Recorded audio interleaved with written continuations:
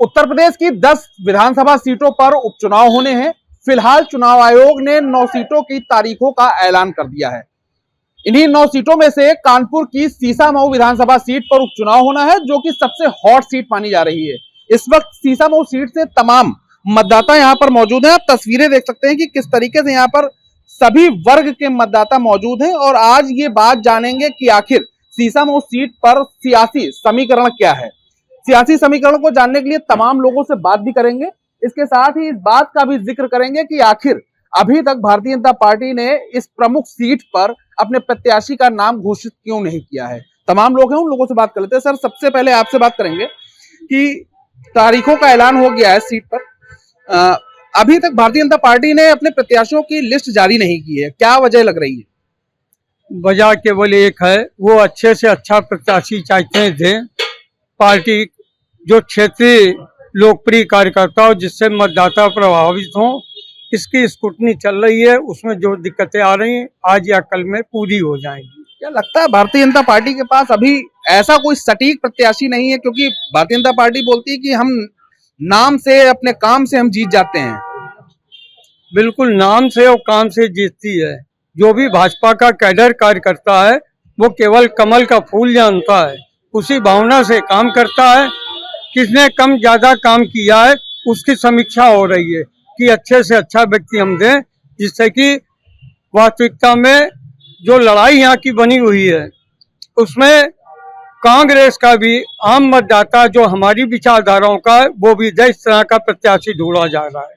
तो देखिए, सबकी अपनी अलग अलग राय है। फिलहाल जो मंथन है उसकी बात की जा रही है कि अभी मंथन बीजेपी कर रही है, और भी लोग हैं, उन लोगों से भी बात कर लेते हैं। सर, आपसे एक बात जानना चाहेंगे कि मुस्लिम मतदाता जो है इस विधानसभा सीट पर निर्णायक भूमिका में रहता है, क्योंकि 40% करीब मुस्लिम है यहाँ पर।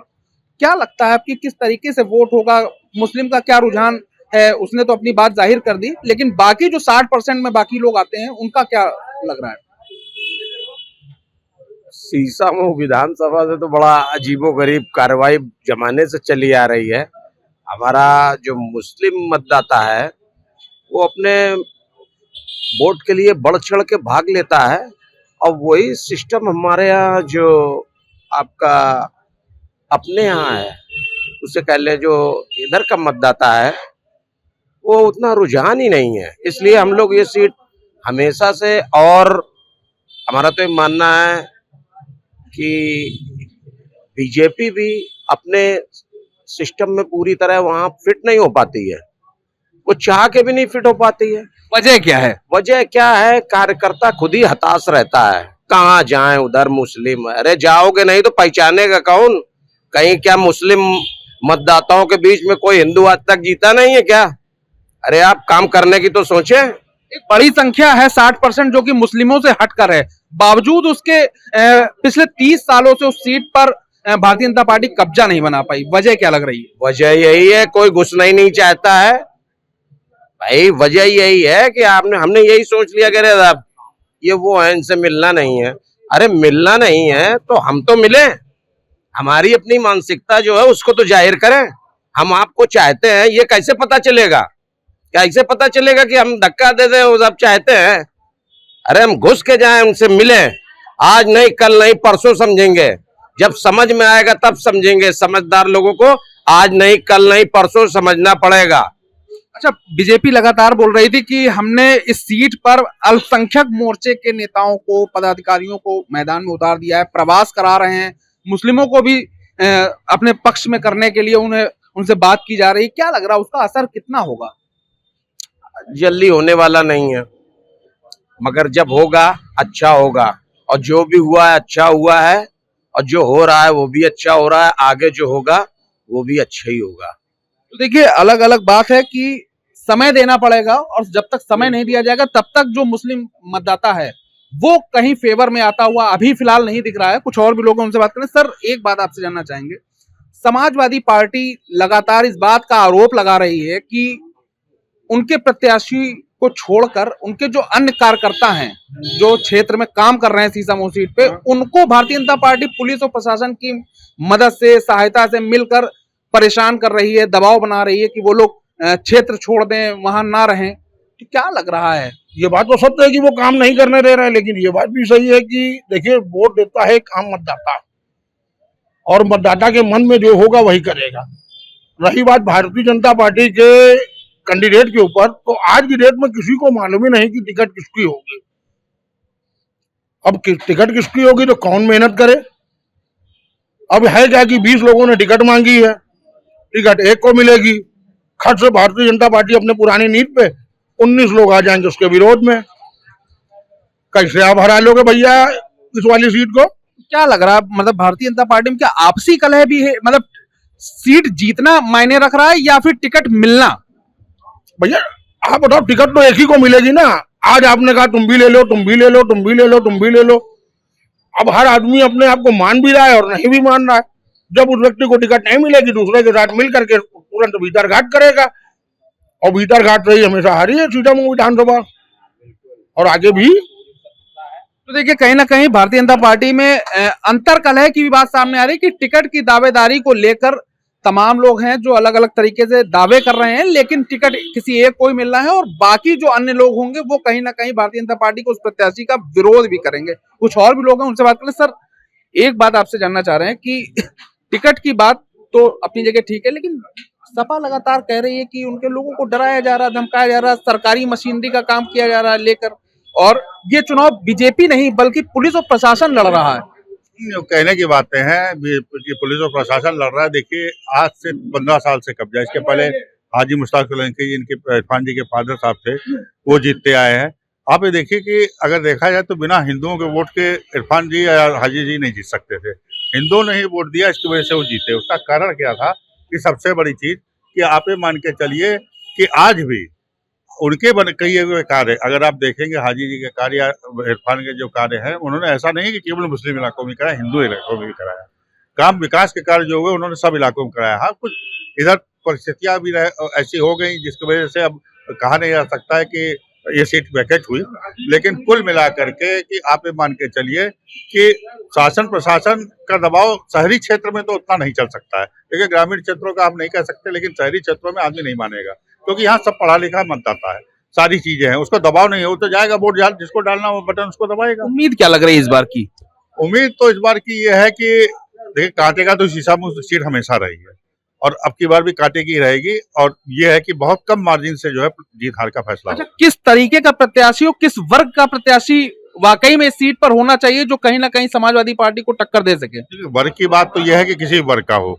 देखिए, प्रत्याशी हमेशा पढ़ा लिखा साफ सुथरा छवि का होना चाहिए। एक उसकी छवि ऐसी समाज में होनी चाहिए कि वो सबको सर्वमान्य हो, सबको साथ में लेके चले, और उसको वही जो टक्कर देने वाली जहां तक बात है कि जो सर्वमान्य होगा वो सभी को टक्कर दे सकता है, उसकी कोई कहने की बात नहीं है। जो सर्वमान्य होगा, सभी को लोकप्रिय होगा, सभी को टक्कर दे सकता है। तो देखिए, सबकी जो राय है वो अलग अलग है। सर, आपसे एक बात हम करना चाह रहे हैं कि जिस तरीके से प्रत्याशियों के नाम अभी तक भारतीय जनता पार्टी ने नहीं खोले हैं, क्या लग रहा है, देरी क्यों हो रही है? किस तरीके के प्रत्याशी को भाजपा वाकई में सीट पर लेकर आना चाहती है? क्या लग रहा है? देखिए, सबसे पहले तो बता दें आपको कि ये किसी विशेष जाति, समुदाय, वर्ग का चुनाव नहीं होता है, ठीक है। ये अपने क्षेत्र का चुनाव, तो क्षेत्रीय चुनाव को ध्यान में रखते हुए हम जिसको पसंद करते हैं, जिन्होंने काम किया, काम करने वाले व्यक्ति के लिए ही चुनाव है, ठीक है। और जनता यही चाहती है कि हम पसंद उसको उसके काम के लिए ही करते हैं। तो अभी तक आप देखिए, दूसरी बार आपने ये चीज पूछी हुई है कि अभी तक नॉमिनेट क्यों नहीं किया गया। डेट आ चुकी लेकिन नॉमिनेट क्यों नहीं किया गया, तो ये बात सत्य है कि कहीं ना कहीं वो सबसे बेटर कैंडिडेट का चुनाव करने के फिराक में लगे हुए हैं, और उम्मीद भी यही है कि बीजेपी एक अच्छा ही कार्यकर्ता, मतलब एक अच्छा ही कार्यकर्ता के रूप में किसी अच्छे नेता को लाएंगे, हमारे समक्ष प्रस्तुत करेंगे, तो ये हमारे लिए भी अच्छा है। और जो काम करने वाले व्यक्ति हैं उनको भी ये चीज मैं एक कहीं ना कहीं समझाना चाहूंगा कि देखिए, अगर वो चाहते हैं दोबारा मौका तो ठीक है, काम करना ही पड़ेगा, जो भी होगा काम करेगा। भारतीय जनता पार्टी से कौन सा ऐसा नाम है जो डिजर्विंग लग रहा है कि इन्हें उतारने से बीजेपी को फायदा हो सकता है? देखिए, भारतीय जनता पार्टी से अगर बात करें तो पार्टी को ना लेकर मैं क्षेत्र की फिर से आपसे वही बात कहूंगा, ये क्षेत्रीय चुनाव है। हमारे क्षेत्र में अगर आप जाएंगे तो एक दो नाम हैं मैं डिस्क्लोज नहीं करूंगा, ये पक्षपात की बात हो जाएगी। नाम सामने आ रहे हैं, फिर वो चाहे पूर्व सांसद की बेटी का नाम हो, पूर्व सांसद के बेटे का नाम हो, ठीक है, तो ऐसे तमाम बड़े पदाधिकारियों के नाम आ रहे हैं, बड़े लीडर्स के नाम आ रहे हैं, तो क्या लग रहा है किसको उतार दिया जाए मैदान में? देखिए, होता क्या है कि हम नए कैंडिडेट को मौका देंगे, बिल्कुल बेशक देंगे, लेकिन इतना मौका देने के बाद में अगर हम इतना गड्ढा खोद चुके हैं, इतने गड्ढे में नीचे जा चुके हैं, तो डर ये लगता है कि हमारे पूर्व पार्षद जो हुआ करते थे या पूर्व मुख्यमंत्री, किसी भी लेवल पे आप जाएंगे, अब कंडीशन वो हो चुकी है कि हम रिस्क नहीं ले सकते हैं। हम वहीं पे वापस जाना चाहते हैं जहां पे हम खुश थे। जो मुस्लिम मतदाता हैं वो लगातार बढ़ चढ़ के वोट करते हैं, लेकिन कहीं ना कहीं जो 60% जो अदर कास्ट आती हैं उनके मतदान के समय धीमी हो जाती है स्पीड, ऐसा क्यों?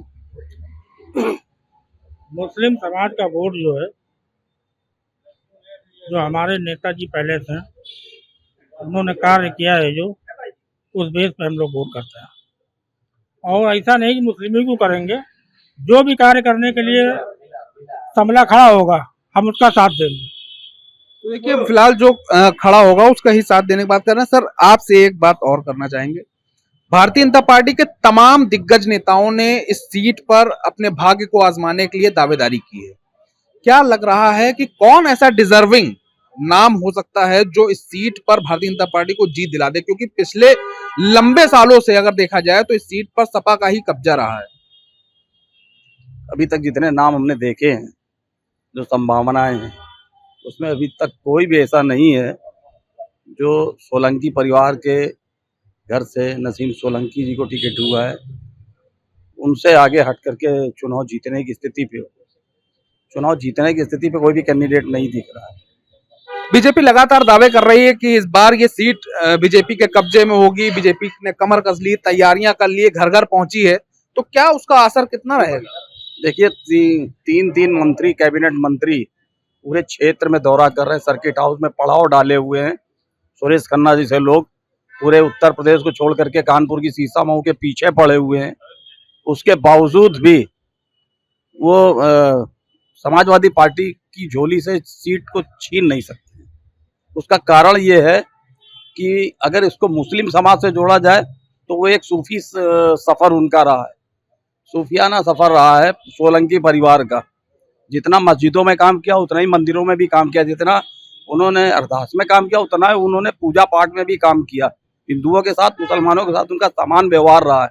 इसलिए आज भी ये कसक है उनका जेल जाना, उनका इस सोलंकी परिवार का खास तौर से इरफान सोलंकी का क्षेत्रों पे अभी ना होना, ये क्षेत्रवासियों के अंदर एक कसक है, पीड़ा है, क्योंकि वो एक बहुत बड़ा षड्यंत्र है। सब सामने आ जाएगा और जीत भी सुनिश्चित है। तो देखिए, कहीं ना कहीं जो जीत है वो समाजवादी पार्टी की यहाँ पर मतदाता बता रहे हैं। एक आखिरी सवाल आपसे कि जिस तरीके से सपा दावा कर रही है कि वो जीतेगी, वो भारतीय जनता पार्टी अपनी अलग दावा कर रही है, क्या लग रहा है बीजेपी यहाँ पर अपनी पैठ जमा पाएगी? देखिए, अभी 2 दिन पहले जो है मीटिंग में हमने ये कहा था कि दलित ही प्रत्याशी जो है सीट निकाल पाया है अभी भाजपा से, और दलित को ही अगर टिकट मिलेगी तो संभव है कि निकल पाए। दलित के अलावा अगर किसी और को उतारा तो क्या नहीं होती है मेरे हिसाब से। अच्छा, और दूसरे संगठन से आए आदमी को भाजपा कभी गोद में बैठा के दूध पिलाती है और अपने कार्यकर्ता उन्हें नहीं देखते हैं। फिलहाल सीसामऊ सीट पर जनता ने अपना मिजाज जाहिर कर दिया है और अब इस बात का इंतजार हो रहा है कि भारतीय जनता पार्टी कब अपने प्रत्याशियों का नाम घोषित करती है और खासकर कानपुर की सीसामऊ सीट पर बीजेपी का प्रत्याशी कौन होगा। फिलहाल संशय बना हुआ है, लेकिन मतदाताओं ने अपना मन जाहिर कर दिया है।